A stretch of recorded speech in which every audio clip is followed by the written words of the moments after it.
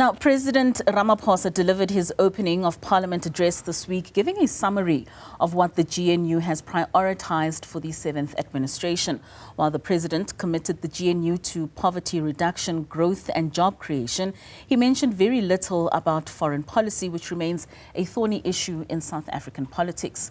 There have been mixed reactions to the president's speech, with some calling it an articulation of the GNU's pipe dream and others saying it was a vague speech. Let's get some perspective now with political analyst, Dr Zamo Mbandlwa. Doctor, thank you so much for your time and for joining us this morning. Now, yesterday saw for the very first time what we've always known as the official opposition, being the DA, now defending the president in his address.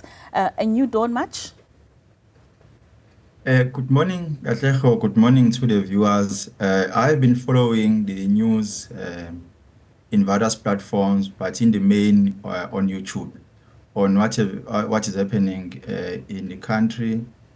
And I'm very concerned about how the opposition parties are responding to the statement that was made by the president, simply because if the president of the country is representing GNU, he should be treated as such. And at the moment, the GNU is something that is new in a democratic country.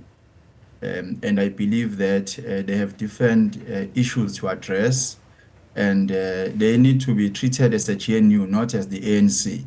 Now, when people are saying the president or the government of South Africa has failed to deliver certain things in the past, they are not necessarily judging the GNU, because GNU is new, and I believe that they should be given a chance. However, no one has a right to determine how the opposition parties must criticize the government of the national unity.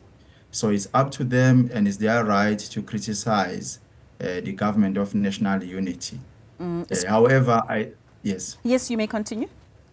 However, I think there are things that I think all the members of the parliament need to take into consideration.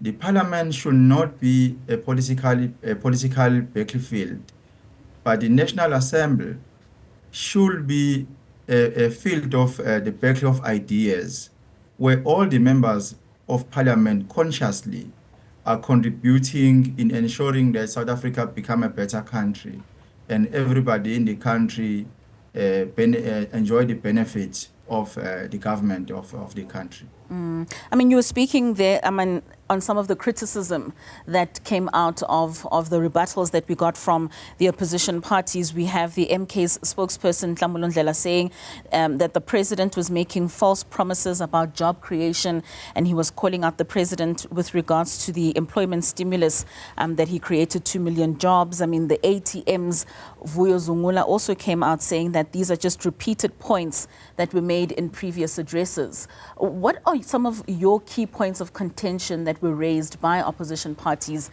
in response to the president, and how do these criticisms reflect broader political dynamics and challenges within the country? Well, I agree with them when they say the issues of employment and unemployment become a thorny issue for South Africans. And I think the government should not just talk or say what they want to do, but they need to implement what they are promising to do. And I think in the main, the president spoke about what has transpired in government while he was the president of the country representing the ANC. And I think the opposition parties were on point to say, but the president has failed to deliver in terms of the statements that he has made in the past, where he made promises of creating employment opportunities, and it did not happen.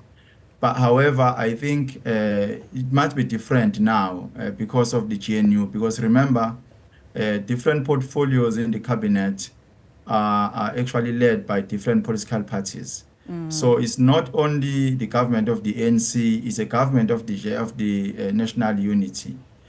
Even though the president still remains the head of the state, but he don't take a mandate from the ANC only. He engages all the political parties that are part of the GNU. So things might be different this time around. I think the president will be held accountable this time around. and all the deployees in various portfolios in the cabinet or in government will have to deliver, because they are not only accountable to the ANC, but they are also accountable to all political parties that are part of the GNU. I mean, you keep making mention of the fact that the GNU is made up of a number of parties, and a lot of these shouldn't only be addressed to the ANC. Do you think that this is a reflection of our society as a whole, that it might take us some time to see the GNU as a collective, as opposed to just pointing out the problems towards the ANC as we have in the past? Yeah, I like the point that you are raising. You are raising a very important point. Because even the opposition parties in parliament, when they are criticizing the president, it seems like they are speaking to the president of the ANC. It's still very difficult to understand how to criticize the government of national unity without singling out the ANC. And also, even in the society is very divided. Even those that are affiliated to the ANC, they are not happy about the GNU itself. They are not happy about how things are happening in government. So it's very difficult even for the society to hold GNU accountable. They are used to hold the ANC accountable for whatever that is happening in government. So this time around, it's a new system which is very difficult for people to uphold or understand how to hold the leaders accountable. And also, what becomes very problematic is that all these political parties that are part of GNU have different policy agendas. And it's very difficult to pull to different directions in the country, especially if you take into consideration the past of the country, whereby some people were oppressed. And now if GNU is saying everybody must be treated the same and the opportunities must be made available equally to people, even those that were previously oppressed, must compete equally with those who were advantageous in the past. So that alone will create a problem. And I think that will also decampaign the former ruling political party, which is the ANC. I mean, speaking of these criticisms from opposition parties, to what extent do you think that it resonated with the public and influenced the public in terms of their opinion? Well, I think in the main, the GNU is not well supported by the society. That's number one. Number two, the opposition parties are opposing the current regime, which is the GNU, and they are ensuring that they are representing the interest of the people in the general society. Well, I think they are not doing well in doing that, because they shouldn't be focusing on personalities. When they are criticizing the president, they must not be personal, but they must touch on critical issues that are happening in the country, which needs to be addressed by the president. Well, other political parties, other people that spoke in parliament yesterday have made mention of critical issues of the employment in the main, issues of the economy, issues of land.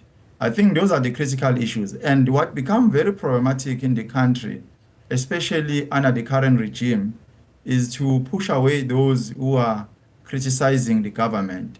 While it should not be the case, the government of national unity should draw closer those who are criticizing and listen to them and listen what they have to say and take an advice from them, so that they will be able to close all the gaps in the country and also in the government national unity. I mean, so Doc, in your view, how do you view the balance between robust debate and respectful discourse in parliamentary exchanges? And what norms or guidelines do you think, especially opposition parties, need to have in terms of their interactions with the GNU and the president? I think the opposition parties should not be focusing on personalities. They should be focusing on critical issues. And I see the overwhelming support from the public via the social media platforms, where they are supporting the opposition parties, the statements that they have made. Some are even supporting some few ministers in the cabinet. But I think it will be short-lived.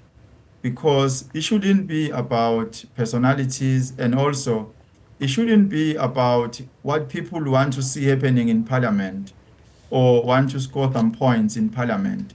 But I think members of Parliament should represent the interest of the general population, should speak about what people want to hear about, and should implement what people want to be implemented.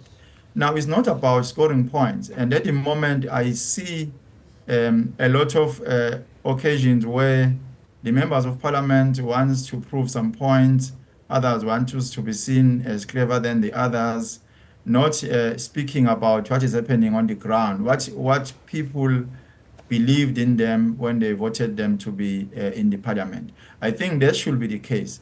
And again, it's very difficult to take decisions on behalf of the people without conducting a thorough research and find out what people are looking for, what people want on the ground, because dynamics are changing.